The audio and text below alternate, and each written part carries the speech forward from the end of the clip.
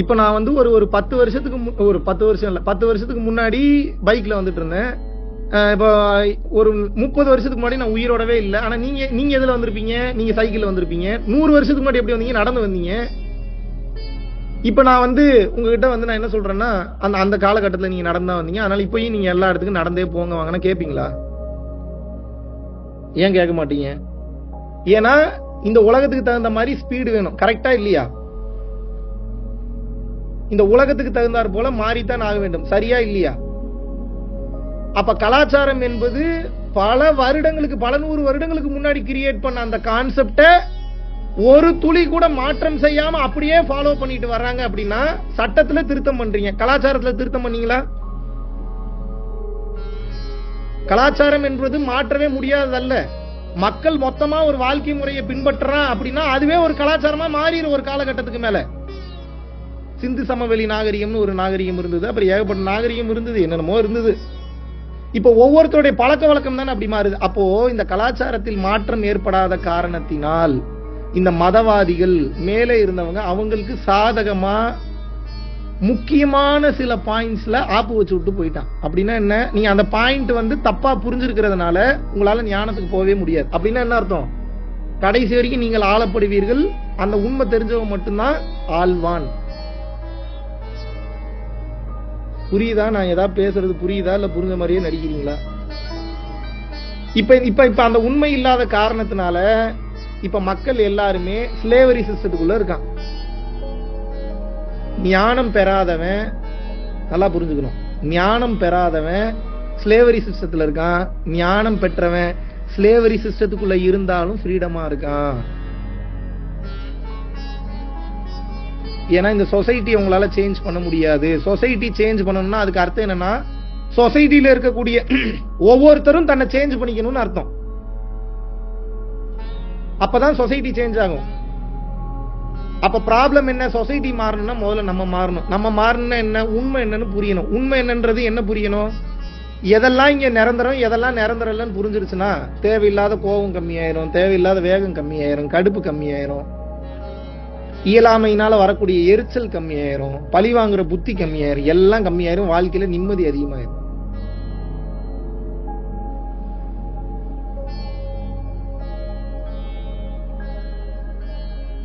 குடும்பத்தில் வரக்கூடிய முக்காவாசி பிரச்சனை காரணம் என்ன அப்படின்னா,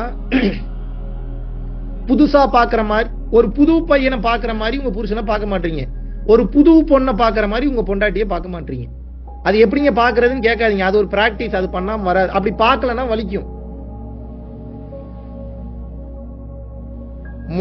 மொத உங்க பொண்டாட்டிய பார்க்கும்போது என்ன மனநிலையோட பாத்தீங்களோ ஒவ்வொரு முறையும் அப்படித்தான் பார்க்கணும். இது ரொம்ப கஷ்டமான டாஸ்க். ஆனா இதை பிராக்டிஸ் பண்ணணும், இல்லைன்னா வலிக்கும். ஏன் வலிக்கும்னு சொல்றேன் கேளுங்க. புதுசா பார்க்கும் போது டேட்டா வராது, அவங்கள பத்தி கொண்டு வந்து எதுவுமே உங்க மனம் நிறுத்தாது. கூகுள் சர்ச் இன்ஜின் மாதிரி கொண்டு வந்து நிறுத்தாது. அவங்களோட 2 வருஷம் 3 வருஷம் வாழ்ந்துட்டீங்கன்னா நல்லது கெட்டதெல்லாம் உள்ள போய் பதிஞ்சிருக்கும். இப்ப உங்க பொண்டாட்டி பேர் சாரதான்னு வச்சுங்க. சாரதான் நீங்க சொன்ன உடனே உங்க பொண்டாட்டி சாரதா பண்ண நல்லது, உங்க பொண்டாட்டி சாரதா பண்ண கெட்டது, நல்லது கூட அதிகம் வராது. கெட்டது தான் மெயினா வந்து முன்னாடி நிக்கும். ஏன்னா அதுக்குதான் வீரியம் ஜாஸ்தி. உடனே அட்டாக் பண்ணும். அப்ப என்னன்னா அந்த கெட்டதெல்லாம் வந்த உடனே இப்ப அந்த டேட்டாவெல்லாம் படிக்க ஓட உங்க பாடிக்குள்ள கெமிக்கல் ரியாக்ஷன் நடக்கும். இவ இப்படி பண்ணிட்டா, அவ அப்படி பண்ணிட்டான்னு கோவம் வரும், கடுப்பாகும், அமைதியாவீங்க. உங்க பொண்டாட்டி வந்து என்னங்க சாப்பிடுறீங்களான்னு அவங்க கேஷுவலா தான் வருவாங்க. உங்களுக்கு எப்படி போடி அப்படின்னு மூஞ்சில் அடிச்ச மாதிரி திட்டிடுங்க. காரணம் என்ன? அந்த டேட்டா. இப்ப அந்த டேட்டா ஓடினா கூட சாப்பிடுறீங்களான்னு கேட்கும் போது இன்னைக்கு தான் இவ்வளவு முத பாக்குறோம், முதல்ல டேட்டிங் வந்திருக்கும், இன்னைக்கு தான் சாப்பிடுறியான்னு கூப்பிடறான்னு நினைங்க. எப்படி கோவம் வரும்னு நான் பாக்குறேன். வருமா? இப்ப நீங்க அடுத்த கேள்வியே கேட்கலாம் என்கிட்ட, ஏன்டா இப்படியே நான் ஒவ்வொரு டைமும் நான் புதுசா பார்த்தா அவன் தப்ப எப்படா திருத்திப்பான்? அதான உங்க கேள்வி. இங்கதான் பியூட்டியே இருக்கு. உங்களால உங்க புருஷனவோ பொண்டாட்டியே திருத்தவே முடியாது. காலம் தான் திருத்தம், வெயிட் பண்ணித்தான் ஆகணும்.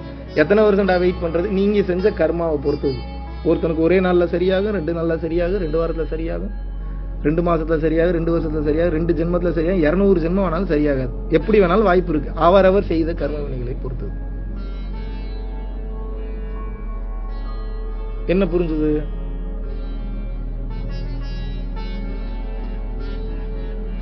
மனுஷன்னா தப்பு செய்யத்தான் செய்வான். மனுஷன்னா மனம் அலைவாயத்தான் செய்யும். விஸ்வாமித்திரராலேயே மனசை கட்டுப்படுத்த முடியல. ஆசை ஒரு செகண்ட்ல கவுத்து விட்டுருச்சு. யாருனால? விஸ்வாமித்திரர். பல கிரகங்களை உருவாக்கக்கூடிய அளவுக்கு ஒரு சில மந்திர வார்த்தைகள் சொன்னார்னா 2 நிமிஷத்துல ஒரு கிரகத்தை உருவாக்கிடுவார்.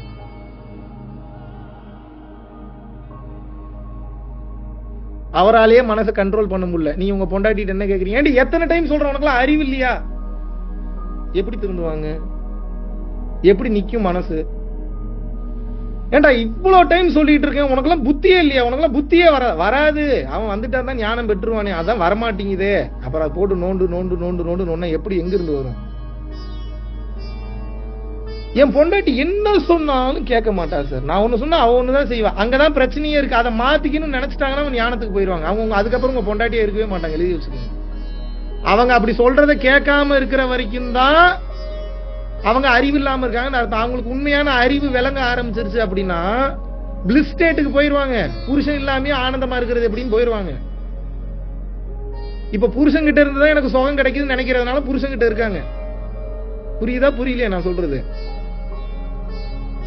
உண்மை விளங்கி அறிவு விளங்கி அருள்நிலை கனிந்து உண்மை புரிய ஆரம்பிச்சிருச்சுன்னா புருஷன் எதுக்கு, பொண்டாட்டி எதுக்கு, இது இருந்தாவே சுகமா இருக்கு, சும்மா இருந்தாவே போதையா இருக்கு, இவன் கொடுக்கறத விட ஆனந்தமா இருக்குன்னு அப்படி போயிருவாங்க.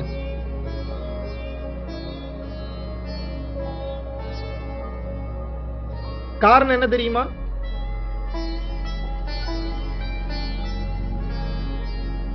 அந்த காலத்துலதான் ஒரு முறை இருந்தது தெரியுமா?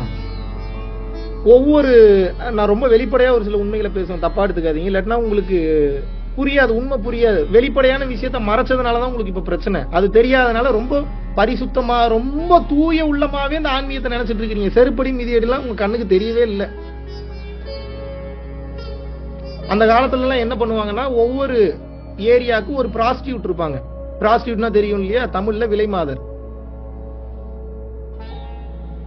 அந்த பொண்ணு எதுக்காக இருப்பாங்க அப்படின்னா அந்த ஊர்ல இருக்கிறவங்களுக்கு காம ஆசை ஏற்படும் போது அந்த காம உஷ்ணத்தை தணிப்பதற்காக இருக்காங்க. அதுக்கு ஒரு சில பணம் கொடுப்பாங்க. பட் அந்த ஊருக்கு யாராவது ஒரு யோகியோ துறவியோ வந்தாங்கன்னா கண்ணிலேயே காட்ட மாட்டானுங்க அந்த பிராஸ்டியூட்டை. உங்களுக்கு ஒரு டவுட் வரலாம், அவ்வளவு கேவலமான வராங்க அந்த யோகி, அப்படித்தானே? அவ்வளவு மோசமான வராங்க அந்த துறவி, அப்படித்தானே?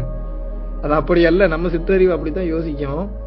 அந்த யோகி அல்லது துறவி முன்னாடி அந்த பிராஸ்டியூட் அவர் பார்த்தாருன்னா அவள் செய்யக்கூடிய அந்த வேலை, அதாவது அது தப்புன்னு சொல்ல மாட்டாரு. அவர் என்ன சொல்றாருன்னா, நீ இவ்வளவு கஷ்டப்பட்டு இறைவனை அடைய தேவையில்லமா, நீ சும்மா உட்கார்ந்தாலே இந்த சுகம் கிடைக்கும்ன்ற வித்தையை சொல்லி கொடுத்து தீட்சை கொடுத்துட்டு போயிடுவாரு. அந்த பொண்ணு திருந்திரும். அந்த பொண்ணு திருந்திருச்சுன்னா அந்த ஊர்ல இருக்கிறவங்களுக்கு என்டர்டைன்மெண்ட் கிடையாது. எப்படி சுயநலமா இருந்திருக்கானுங்க பாருங்க.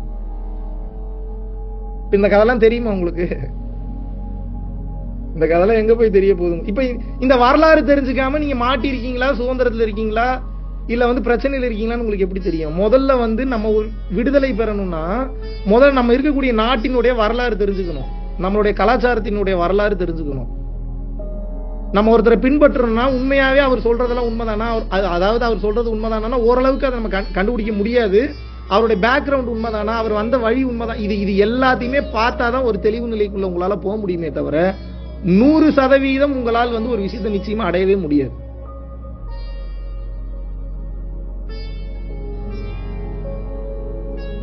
இந்த எனர்ஜி எங்க போகும்னா ஆரம்பத்தில் நான் சொன்ன மாதிரி குடும்பத்தில் போய்விடும். குடும்பத்துல எப்ப உங்களுக்கு இந்த எனர்ஜி போகும் அப்படின்னா சுகம் கிடைக்கலன்னா நிம்மதி போயிடும். சுகம் எப்ப கிடைக்குது? உங்களுக்கு பிடிச்ச மாதிரி ஏதாவது நடந்தா சுகம் கிடைக்குது. கரெக்டா? சுகம் எப்ப கிடைக்குது? உங்களுக்கு பிடிச்ச மாதிரி ஏதாவது நடந்தா சுகம் கிடைக்குது. போதை அதானே சுகம்னா என்ன? ஏதோ போதை கிடைக்குது, அப்படித்தானங்க? அப்படியா இல்லையாங்க? எங்க கரெக்டா புரிஞ்சுங்க, மெயினான பாயிண்ட். சுகம் கிடைக்குதுன்னா என்ன? உங்களுக்குள்ள ஏதோ நடக்குது, அது போதையை கொடுக்குது, அப்படித்தானே? இது கிளியரா இருக்குல்ல? கிளியர். இப்போ இந்த ஏதோ ஒரு சுகம் உங்களுக்கு கிடைக்குது இல்ல, பொருள் மூலியமாகவோ அருள் மூலியமாகவோ பணம் மூலியமாகவோ கணவன் மூலியமாகவோ மனைவி மூலியமாகவோ ஏதோ ஒரு சுகம் உங்களுக்கு நீங்க கிடைக்குதுன்னு நினைக்கிறீங்க. ஆனா அந்த சுகம் அந்த பொருள்னால கிடைக்கல. உங்களுக்கு ஏன் அந்த சுகம் கிடைக்குதுன்னா, எனக்கு இது கிடைச்சா நல்லா இருக்கும் அப்படின்னு நீங்க நினைச்சிருப்பீங்க, அது கிடைச்சிருக்கும், அதனால சுகம் கிடைக்குது. கரெக்டா? இப்போ உங்க ப்ராப்ளம் என்னன்னா, அந்த சுகம் காணாம போன இந்த ஏடிஎம் கார்டு நீ மேல வச்சீங்கனாலும் கிடைச்சிரும். கிடைக்குமா கிடைக்காது. அந்த ஏடிஎம் கார்டு 1 hour நீங்க ஒளிச்சு வச்சுட்டு முக்கியமான நேரத்துல இப்போ ஒரு வட்டி கடைக்காரர் வராரு, நீங்க பணம் கொடுக்கல, மான மரியாதைலாம் கிட போற நேரத்துல கார்டை காண எப்படி இருக்கும் உங்களுக்கு? 1 மணி நேரம் தேடி கிடைக்கல, அதுக்கப்புறம் கிடைக்குது, எப்படி இருக்கும் இப்போ உங்களுக்கு? வேற லெவல்ல இருக்கும்ல சுகம், சந்தோஷமா இருக்கும், ஆனந்தமா இருக்கும், திருப்தியா இருக்கும். இப்ப நான் என்ன சொல்றேன், இந்த கார்டு கிடைக்கிறது ஒண்ணுதான், ஒரு 10 million கேஷ் கிடைக்கிறது ஒண்ணுதான். அந்த சந்தோஷம் அவ்வளோ பெரிய பொருள் கிடைச்சாதான் கிடைக்கணும் இல்ல. கார்டு கிடைச்சா எனக்கு சந்தோஷம் நம்பிட்டீங்க, அதனால கார்டு கிடைச்சோன்னே சந்தோஷம் கிடைச்சிருச்சு. கார் வாங்கினா சந்தோஷம் நம்பிட்டீங்க, அதனால கார் வாங்கினோன்னு அந்த சந்தோஷம் வந்துருச்சு. ஆனா ரொம்ப நேரம் இருக்காது. ஏன்னா மறுபடி ஓகே இந்த சந்தோஷம் கிடைச்சிருச்சு, இதுக்கப்புறம் இந்த சந்தோஷம் தீந்துரும், நான் அப்ப வேற சந்தோஷத்துக்கு போறேன்னு சொல்லி வேற சந்தோஷத்துக்கு போயிருவீங்க. இப்ப பிரச்சனை என்னன்னா, உங்களுடைய சந்தோஷத்தை பெருசு பெருசா வைக்காதீங்க, சின்ன சின்னதா வச்சுக்கோங்க. அப்படின்னா என்ன, இந்த வாட்சை எடுத்து இப்படி கையில கட்டினாலே எனக்கு சந்தோஷம் நினைச்சு கட்டுங்க. இறைவன் எப்பேற்பட்ட ஒரு வாட்சை கொடுத்திருக்கிறாரு, எவ்வளவு சூப்பரா கொடுத்திருக்கிறாரு, அதை கட்டுறதுக்கு ஒரு கை கொடுத்திருக்கிறாரு, அவனுக்கு கை இல்லை. இதை கட்டிட்டு போகும்போது ஒரு 4 பேர் எப்படி என்னை ரசிப்பான், அது எப்பேற்பட்ட ஒரு ஒரு ஆப்பர்ச்சுனிட்டி.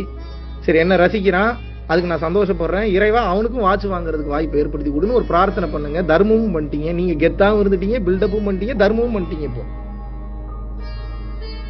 இந்த வாட்ச் கிடைச்சா சந்தோஷம் கட்டுங்க, சந்தோஷமா இருக்கும். இந்த வாட்டர் பாட்டில திறந்து தண்ணி குடிச்சா இறைவன் பாருங்க தண்ணியை படைச்சிட்டாரு, வாட்டர் பாட்டில படைச்சிட்டாரு, மனிதர்களை படைச்சிட்டாரு, தாகத்தை படைச்சிட்டாரு. இப்ப எனக்கு தாகம் வேற எடுக்குது, இதை குடிச்சா எப்படி இருக்கு, அடாடாடாடா இவ்வளவுதான் வைக்கணும்ன்ற. இதுக்கு பேர் தான் பிரசன்ட்ல வாழ்றது.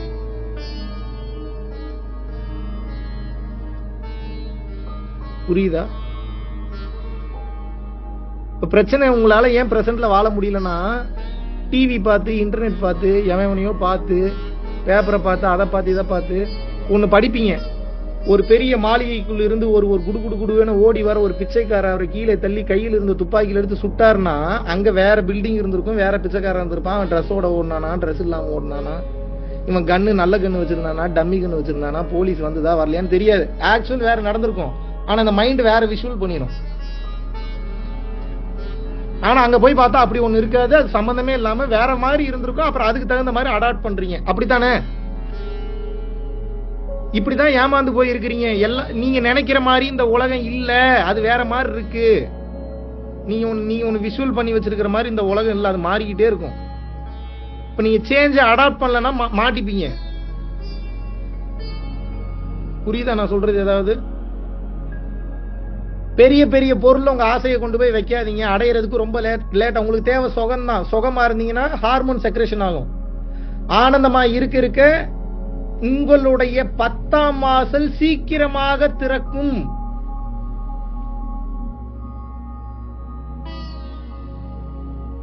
அதான் பிளிஸ்னஸ்க்கு இருக்கக்கூடிய அது ஒரு பெரிய ஒரு பிளஸ் பாயிண்ட். அதான் நீங்க சந்தோஷமா இருந்தீங்கன்னா தாங்க உங்களுக்கு எல்லாமே நல்லதாவே நடக்கும். அப்ப சந்தோஷமா எப்படிங்க இருக்கிறதுன்னு கேட்டா, உங்களுடைய தேவைகளை குறைச்சுக்கங்க. அப்படின்னா எப்படி குறைப்பீங்க? இப்ப நீங்க உங்களோட நோக்கத்தை தேவையை பெருசு பெருசா கொண்டு போய் வைக்காதீங்க. விச் மீன்ஸ் என்னன்னா, இப்ப நான் ஒரு பெரிய டாக்டர் ஆகணும்னு வச்சு ஓடாதீங்க. டாக்டர் ஆகணும்னு நினைச்சிட்டீங்களா, டாக்டர் ஆகிறதுக்கு உண்டான வேலையில பிரசன்ட்ல இருக்கணும். டாக்டர் ஆகணும், இது ஸ்ட்ரெஸ். டாக்டர் ஆகணும்னு வச்சுட்டீங்கன்னா பிரசன்ட்டுக்கு வந்துடணும். டாக்டர் ஆகிறதுக்கு உண்டான வேலை என்னென்னவோ படிக்கணும், பாஸ் பண்ணணும், எக்ஸாமுக்கு போகணும், வரணும், அதை பண்ணணும், இதை பண்ணணும், எல்லாமே பண்ணணும். அங்க பிரசன்ட்ல இருக்கணும். எவன் ஒருத்தன் பிரசன்ட்ல இருக்கிறானோ எதிர்காலம் மாறிடும், பாசிட்டிவா மாறிடும். அதுவே அவனுக்கு கடைசி பிறவியா மாறிடும். எழுதி வச்சுக்கோங்க. எல்லா பயிற்சியும் உங்களை பிரசன்ட்ல இருக்கிறதான் சொல்லி கொடுக்குறாங்க. எல்லா பயிற்சியும் பிரசன்ட்ல இருக்கிறதா. பட் ஏன் இப்ப உங்களால பிரசன்ட்ல இல்லைன்னா இருக்க முடியலன்னா, உங்களுக்கு ஆசை ஜாஸ்தி ஆயிடுச்சு. ஆசை அழிவிற்கு காரணம் என்று கூறினார்கள். அப்படின்னா என்ன அர்த்தம்? ஆசை பெரிதாக பட அது கிடைக்கவும் கிடைக்காது, ஸ்ட்ரெஸ் டிப்ரெஷன்ல செத்தும் போயிருவீங்க. கிடைக்கிறது கிடைக்கட்டும், நான் பிரசன்ட்ல வாழ்றேன்னு சொல்லி ஏத்துக்கிட்டு பிச்சைக்கார மென்டாலிட்டிலேயே நீங்க வாழ்றீங்க அப்படின்னா கிடைக்கிறது எல்லாமே பெருசா கிடைக்கும்.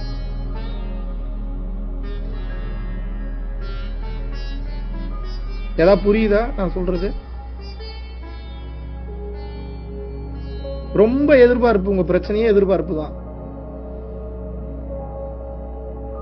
அநியாயத்துக்கு எதிர்பார்க்கிறீங்க. கொஞ்சம் நெஞ்ச எதிர்பார்ப்பு எல்லாம் கிடையாது.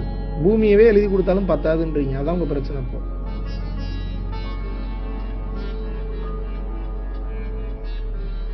நல்லா புரிஞ்சுக்கணும். எதையும் கொண்டு போக போறது இல்ல, எதையும் எடுத்துட்டு போக முடியாது. ரொம்ப மரியாதையா, ரொம்ப கவனமா, ரொம்ப அர்ப்பணிப்போட, ரொம்ப கைண்டா, கூனி குறுகி இவ்வளவு நாள் செய்த தவறிற்கு வெக்கப்பட்டு அசிங்கப்பட்டு இறைவன்கிட்ட மன்னிப்பு கேட்டு அதுக்கப்புறம் உங்க தன்னம்பிக்கையை வளர்த்துட்டு பெருமைப்படக்கூடாது. நீ இருக்கக்கூடிய பொசிஷனுக்கு இறைவன் கொடுத்த பிச்சைக்கு நன்றி உணர்வா இருக்கணும். பெருமை உணர்வோடு இருக்கக்கூடாது. எந்த உணர்வோடு இருக்கணும்? நன்றி உணர்வோடு இருக்கணும். அந்த நன்றி உணர்வு இருக்கும்போது தான் கைண்ட்னஸ் வரும், பணிவு வரும், இல்லாட்டினா அகங்காரம் வந்துடும். முக்காவாசி பிள்ளைங்க உங்க வீட்டுல இருக்கக்கூடிய பிள்ளைங்களுக்கு வீணா போறது காரணம் வேற யாரும் இல்ல, நீங்க தான். எழுதி வச்சுங்க, சத்தியமான உண்மை. ஏங்க ஒண்ணும் தெரியாத உங்களை பார்த்து உங்க பையன் வளர்ந்தா ஒண்ணும் தெரிஞ்சவனா வருவானா இல்ல ஒண்ணும் தெரியாதவனா வருவானா?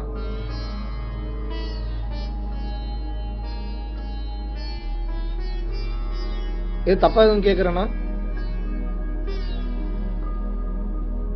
அப்ப நம்ம முதல்ல நம்மளை எஜுகேட் பண்ணிக்கணும். இந்த ஞான கல்வி முதலில் நமக்கு புரிய வேண்டும். நமக்கு புரிஞ்சதுன்னா மட்டும்தான் ஸ்கூல்லயே எல்லா பிரஷரையும் கொண்டு போய் திணிக்கிறீங்க. பிள்ளைய பெத்த உடனே முக்காவாசி பேர் எப்படி கொண்டு குழந்தைங்களை கொண்டு ஸ்கூல்ல விடுறீங்கன்னா, அப்பாடா நீ இவங்க பாத்துப்பாங்க, காலையில 10 மணில இருந்து சாயந்தரம் 4 மணி வரைக்கும் தொல்லை இல்ல, நிம்மதியா இருக்கலாம். தோணுதா? தோணலையா? அதுக்கப்புறம் வரும், சரி பெத்துட்டமே அப்படின்ற ஆசை வரும், பிள்ளைய பாக்கணுமேன்ற வரும். 24 மணி நேரம் இருந்துகிட்டே இருக்கா அந்த உணர்வு உங்களுக்கு? அப்ப ஏமாத்து வேலை தான், உங்களை நீங்களே ஏமாத்திக்கிறீங்க தான். என் புள்ள மேல எனக்கு ஓவர் கேர்னு. ஓவர் கேர்னா 24 hours அதே தாட் இருக்கணும். இருக்குதான். படம் பார்க்கணும் போல, குளிக்கணும் போல, சமைக்கணும் போல, எங்க படத்துக்கு போலான்னு போல, ஏதாவது என்டர்டைன்மெண்ட் பண்ணலான்னு போல. அப்ப அப்படி கொண்டு போய் ஒரு ஸ்கூல்ல விடுறீங்க அப்படின்னா மாட்டினாண்டா ஒருத்தன் வச்சுதான் செய்வாங்க, பில்ல ஜாஸ்தி போடுவாங்க. ஏன்னா அவனுக்கு நல்லா தெரியுது உங்களோட புத்திசாலி, எஜுகேட் பண்றவன் உங்களோட பெரிய புத்திசாலியா இருப்பான். நீ ஏன் கொண்டு போய் இவ்வளவு தூரம் கொண்டு வந்து விடுறீங்க நல்லா தெரியும். சமாளிக்க முடியலன்ற கொண்டு வந்து நீ விடுறீங்க. அப்ப அவன் அதுக்கு சார்ஜ் பண்றான். சரி சமாளிக்க முடியலன்னு கொண்டு வந்து விடுறல, பணத்தை கட்டு. நடத்தி கொண்டு போறான் தெரியுமா? பைத்தியமே பிடிச்சிரும். நீங்க ஒரு முடிவுக்கே வந்துருவீங்க. எப்படி இது நடக்கும்னு நினைக்கிறீங்க?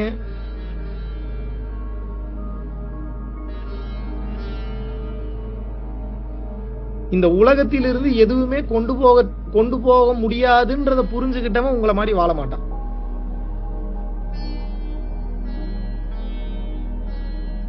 இந்த உலகத்துல இருந்து ஒண்ணுமே கொண்டு போக முடியாதுன்னு தெரிஞ்சதுனாதான் முதல்ல போற வேகமே குறையும், ஸ்பீடு குறையும், பதட்டம் கம்மியாகும், படபடப்பு கம்மியாகும். இல்லை என்றால் நிச்சயமாக ஆகாது. புரிஞ்சுதா நான் சொன்னது? ஒண்ணு இல்லைங்க, இவ்வளவு நேரம் பேசின மேட்டர் சிம்பிளா புரிய வச்சிடறேன். ஸ்பீட குறைங்க, அவ்வளவுதான், வேற ஒண்ணும் இல்ல. உங்க வாழ்க்கையில நீங்க என்ன பண்ணணும்? ஸ்பீடை எப்படிங்க குறைக்கிறது? அடைய வேண்டியதை நம்ம அடையணும்னா அங்க வைக்க கூடாது கவனத்தை, இங்க வைக்கணும்ன்றதுல கவனமா இருக்கு. அப்படின்னா என்ன வேலை செய்யறீங்களோ அந்த வேலையில உங்க ஃபுல் பொட்டன்ஷியல கொடுங்க. இது ஒண்ணுதான் சீக்ரெட். தயவு செஞ்சு புரிஞ்சுக்கங்க. வேற எங்கேயோ போய் தேடி தொலையாதீங்க. எல்லா மேட்டர் இதுக்குள்ளதான் இருக்குது. செய்யற வேலையில 100% கவனத்தோட செய்யுங்க. ஃபுல் போக்கஸா செய்யுங்க. அந்த வேலையை நீங்கள் செய்ய மாட்டீர்கள், இறைவன் செய்வார். இதான் ரகசியம். 100% போக்கஸோட செய்யும் போது மனம் வேலை செய்யாது, ஆன்மாதான் வேலை செய்யும். மனம் வேலை செய்தால் தவறு இருக்கும், ஆன்மா வேலை செய்தால் தவறே இருந்தாலும் சரியாக மாறிவிடும். இதான் ரகசியம்.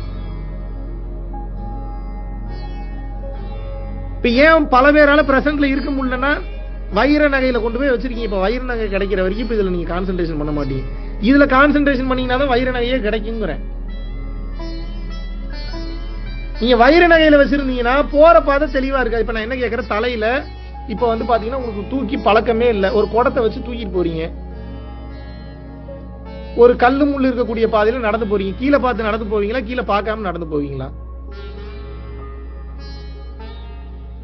அப்ப வாழ்க்கை அதே மாதிரி தானே, பார்த்து தானே போகணும். Yes or no? அந்த அனுபவம் வந்து உங்களுக்கு வரணும்னு சொல்றேன். அந்த அனுபவம் கொஞ்சம் கவனமா இருக்கணும். அந்த அனுபவம் வரணும். இங்க பாருங்க, நீங்க பண்ணக்கூடிய எல்லா பிரச்சனைக்கு காரணம் என்ன அப்படின்னா, இந்த அகங்காரம். நீங்க எவ்வளவு அழிக்கணும்னு நினைச்சாலும் ஒரு காலகட்டத்துக்கு மேல அந்த அகங்காரம் மேல வந்துடும். அங்கதான் ஏமாந்து போறீங்க. முதல்ல ஒரு 2-3 வருஷம் நல்லா இருக்கிற மாதிரி இருக்கும். ஆனா 2 வருஷம் முடிவுல கூட உங்களுக்கு அகங்காரத்தை ஏதோ ஒரு காரணத்தை காமிச்சு கொண்டு வந்துடும். ஹைலி அவேரா இருக்கணும், ரொம்ப அவேரா இருக்கணும். நீங்க எப்ப அந்த அவேர்னஸ் குறையிறோ நல்லா புரிஞ்சுக்கங்க, இந்த உலகத்தில் எவ்வளவுக்கு எவ்வளவு அதிகமான உயிர்கள் உங்களை வாழ்த்துதோ அந்த அளவுக்கு உங்களுடைய முக்தி என்னும் சீட்டு கன்ஃபார்ம் ஆயிடுச்சுன்னு அர்த்தம். இதை புரிஞ்சுக்கங்க. இந்த உலகத்தில் எத்தனை அதிகமான உயிர்கள் நீங்கள் செய்த செயல்களிற்காக உங்களை வாழ்த்துகிறார்களோ அப்படின்னா என்ன, நீங்க ஒரு செயல் செஞ்சா அது அவன் மனசுல இருக்கணும்னு அர்த்தம். அவன் அதை எப்பெல்லாம் நினைச்சு பார்த்து ஆனந்தப்படுறானோ, நன்றி உணர்வு அடைகிறானோ, நான் இன்னைக்கு பட்டயத்தில் எழுதி தரேன், உங்களுக்கு அடுத்த பிறவி கிடையாது. இப்ப நீங்க எப்படி சொத்து சேர்க்கிறீங்கன்னா, என் அக்கௌண்ட்ல இவ்வளவு இருந்தா தான் நான் கோடீஸ்வரன், இனிமேல் நீங்க அப்படி சொத்து சேர்க்க கூடாது, அது சேர்த்துக்குங்க, அதை நான் வேணான்னு இல்ல, நீங்க அப்படி சேர்த்துக்குங்க. இப்ப எப்படி சொத்து சேர்க்கணும்னா, ஏதாவது உயிர்களை சந்தோஷப்படுத்திக்கிட்டே இருக்கணும், நீங்க மனதை குளிர்விச்சுக்கிட்டே இருக்கணும்.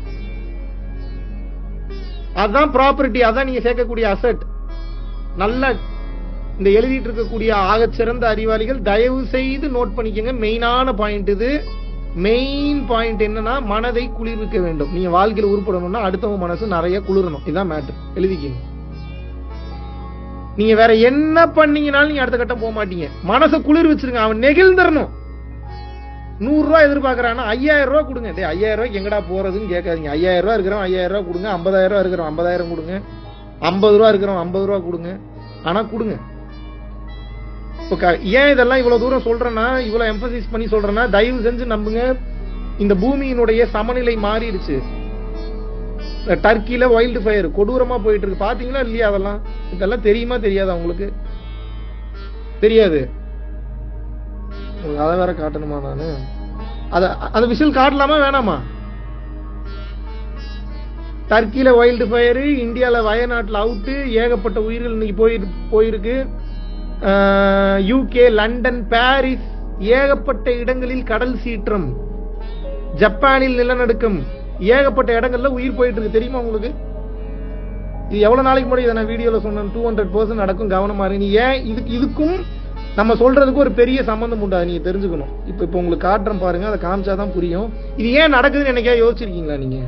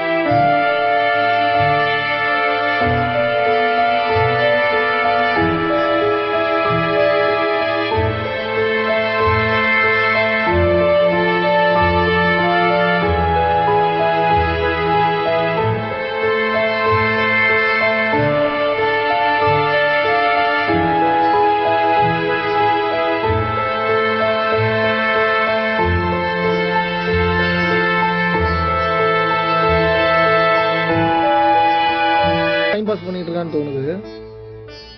உனக்கு வேலை இல்லை, நமக்கு வேலை இல்லை, ஏதோ கத்திக்கிட்டு இருக்கான், ஏதோ கேட்போம், ஏதோ வந்தோம் போனோம்.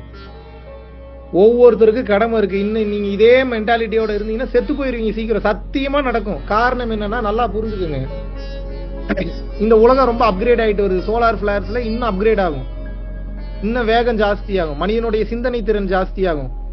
12 வயசுக்கு வர பொண்ணு 5 வயசுக்கே வயசுக்கு வரும். நடக்கும், எழுதி வச்சுக்கோங்க. ஒரு சில குழந்தைகள் பாத்தீங்க அப்படின்னா கொடூரமாக தாக்கப்படும். இதெல்லாம் ஏன் அப்படின்னா, இந்த உலகத்தில் தர்ம நிலை தவறுகிறது. பூமி ஏன் சுத்துதுன்னா, தர்மம் நிலை பெற்று நிக்கிறதுனாலதான் பூமி சுத்த முடியுது. இது எப்படி நான் நம்புறது? இதை நான் எப்படி நம்புறது? நீ என்ன சொன்னாலும் நான் நம்பிடணுமா? சரி, மரம் கொடுக்குதா கொடுக்கலையா? எதா எடுக்குதா? எடுக்குது. கார்பன் டை ஆக்சைடு எடுக்குது, தண்ணி எடுக்குது. இது ரெண்டையும் நீங்க கொடுக்குறீங்களா, இறைவன் கொடுக்குறாரா? அப்ப நீங்க எதையும் கொடுக்கல, அதுவா எடுத்துக்கிட்டு அதுவா கொடுத்துருது. காற்று கொடுக்குது, நெருப்பு கொடுக்குது, எல்லாமே கொடுக்குது, மழை கொடுக்குது. ஒரு யானை ஒரு காட்டை ரெடி பண்ணுதா பண்ணலையா? இயற்கையை பத்தி பேசாதனா இயற்கையில தான் ஞானமே இருக்கு. அப்புறம் இயற்கையை விட்டுட்டு எங்க போய் ஞானத்தை போய் தேட போறீங்க? கல்ல தங்கமா மாத்தணும்ன்றீங்க. கல்லுனா என்ன, தங்கம்னா என்ன? ரெண்டுமே இயற்கை தானே. அப்ப கல்லையும் மண்ணையும் பத்தி தெரிஞ்சுக்காம எப்படி நீங்க இயற்கை கிட்ட சித்து விளையாட முடியும்? எப்படி இயற்கை எண்ணெய் உங்களுக்கு ஆசீர்வாதம் பண்ணுவா? நீங்க ஞானத்தை எப்படி தெரிஞ்சுக்க முடியும்? இயற்கை எண்ணெய் கிட்ட உங்களுக்கு ஒரு கனெக்ட் இல்ல. இயற்கை அன்னைக்கு உங்க மேல மரியாதை இல்ல. எப்படி இயற்கை எண்ணெய் தன் ரகசியங்களை உங்களுக்கு சொல்லிக் கொடுப்பா? எப்படி சொல்லிக் கொடுப்பா? இன்னும் சொல்லி கொடுத்துட்டோம்னா இன்னும் இருக்கிறது மொத்தத்தையும் அழிச்சிருவானுங்கன்னு தெரியும். சொல்லி கொடுக்க மாட்டான். கரெக்ட் தானே? இப்ப என்னன்னா, இப்ப காமிச்ச இந்த வீடியோஸ் மாதிரி தமிழ்நாட்டிலையும் நடக்கும், கொடூரமா நடக்கும். சென்னை மிகப்பெரிய லெவல்ல பாதிக்கப்படும். இதுல யார் சாவாங்கன்னு பாத்தீங்கன்னா, அறிவு நிலை கம்மியா இருக்கிறவன் செத்து போயிடுவான். அந்த மாதிரியான இடத்துலதான் தாக்குதலே நடத்துவாங்க எவங்களோ. சில நேரத்தில் கடவுளுடைய அனுகிரகம்படியே அது நடக்கும். ஏன்னா இறைவன் தானங்க மாற்றத்தை விரும்புறாரு. அவர் கேம் விளையாடிட்டு இருக்கிறாரு. ஒரு காலகட்டம் வரைக்கும் டைனோசர் வச்சு விளையாண்டாரு, அப்புறம் போர் அடிச்சது, அப்புறம் மீன் கொண்டு வந்தாரு, அப்புறம் குரங்கு கொண்டு வந்தாரு, அப்புறம் எல்லாத்தையும் கொண்டு வந்துட்டாரு. அவருக்கு அப்புறம் இப்ப விளையாடுறதுக்கு ஆள் தேவைப்படுது. டைனோசர் காலத்துல எந்த டைனோசர் பாத்தீங்கன்னா மந்திரம் சொல்லுச்சு?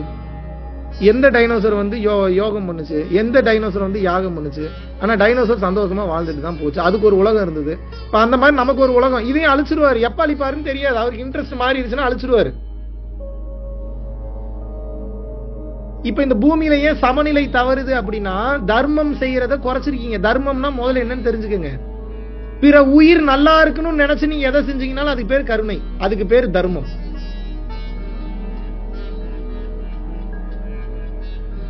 ஒரு மிகப்பெரிய தப்பு உங்க ஃப்ரெண்டு பண்ணிட்டான், அது உங்களுக்கு தெரிஞ்சிருச்சு. அது மன்னிக்கவே முடியாத தப்பு, மிகப்பெரிய துரோகம். இப்ப அந்த மேட்டர் அவங்க வீட்டுல போய் சொன்னீங்கன்னா அந்த பையனுக்கு நல்ல ஒரு தண்டனை கிடைக்கும், அவனும் திருந்துவான். அவங்க வீட்டுல இருக்கிறவங்களுக்கும் அவன் யாரு என்ன ஏதுன்ற உண்மை புரிய வரும். ஆனா அவங்க ஃபேமிலியில ஒரு நல்ல பையனா இருந்திருக்கான், அவ்வளவு கெட்டவன் கிடையாது. ஆனா அந்த ஃபேமிலியே அவனை நம்பிதான் இருக்கு. அவங்க அப்பா அம்மா கொஞ்சம் ஸ்ட்ரிக்ட். இப்ப போய் நீ அந்த உண்மையை சொன்னீங்கன்னா அவங்க ஃபேமிலியா அவனை வெறுத்துருவான், அவன் அனாதை ஆயிடுவான். சொல்லாமா? அதான் தர்மம்ன்ற. புரிஞ்சுதா? தர்மம்னா கொடுக்கிறது மட்டும் இல்ல, நீங்கள் செய்யக்கூடிய அந்த செயல், அதுக்கு பேரு தர்மம். பலனை எதிர்பார்ப்பு செய்வதற்கு பேரு தானம். பலனை எதிர்பார்க்காமல் செய்யக்கூடிய அந்த செயலுக்கு பேரு தர்மம். ஒரு பொருளாக கொடுக்காமல் பிற உயிர்களின் நலன் கருதி அந்த செயல் நிகழ்த்தப்பட்டால், உங்கள் மூலியமாகவோ இல்ல பிறர் மூலியமாகவோ அல்லது வேறு எந்த உயிர்கள் மூலியமாகவும் நீங்கள் காரணகர்த்தாவாக இருந்த அந்த செயல் அந்த உயிருக்கு நன்மையாக விளைந்தால் அது தர்மம். புரிஞ்சுதா? அது எந்த வகையில வேணாலும். அதுக்கு இனிஷியேட்டரா நீங்க இருந்திருக்கீங்க, அதுக்கு மேல இனிஷியேட்டர் காடு தான். அவருக்கு கீழே நீங்க இருக்கணும், ஃபர்ஸ்ட் லைன்ல நீங்க இருக்கணும். கடவுள்கிட்ட இருந்து சிந்தனை வந்தது, இது இறை அருள் மூலியமாக நான் செய்தேன், அவ்வளவுதான். இந்த தன்மையில இருந்தீங்கன்னா நினைத்து பார்க்க முடியாத விஷயங்கள், மிராக்கிள்ஸ் எல்லாமே உங்க லைஃப்ல நடக்கும்.